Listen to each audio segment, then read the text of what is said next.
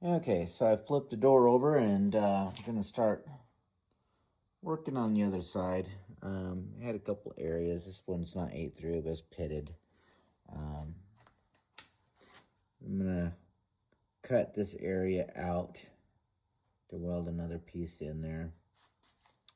And then this piece I'm gonna grind out and see how bad that is and kind of make a determination of where I want to go from there. All right, so I've got the rot cut out. I've got a hole there.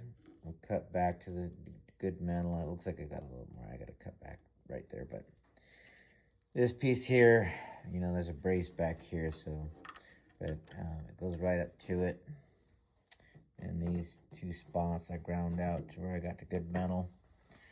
So what I think I'm gonna do is kind of like I did before, is kind of come in through the back side here with a piece that will kind of come up flush there, and then I'll tack weld it in, and then, as you know, pound it up in so it's kind of as close to the original piece.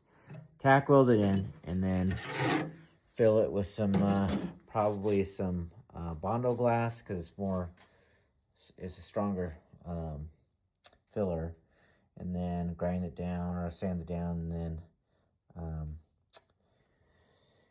fill in with the rest with some body filler and smooth it out. But that's gonna be my fix. It's like, I know some guys probably recommend replacing this whole lower panel.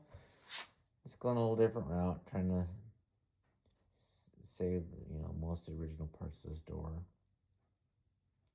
If it works, it works. If it doesn't, I'll be back at it down the road, but we'll see. Alright, so I've filled in the back of those two holes there that I had to grind out, and then welded in a piece over here, and then kind of surfaced it with some Bondo glass, and now I'm going to be going over these with some body filler and then sanding it out. I think it's going to look good. Alright, so I got the lower door here all sanded down. Got all the original Bondo glass sanded down, put that thin coat of body filler on it, sanded it down, and got a couple coats of primer over it. And overall, I think that it looks fantastic. I mean, way better than what it was. I still got some more sanding I got to do, especially once I start laying down the epoxy primer. But overall, I'm really happy with how this door turned out. And we will be getting it all ready to paint.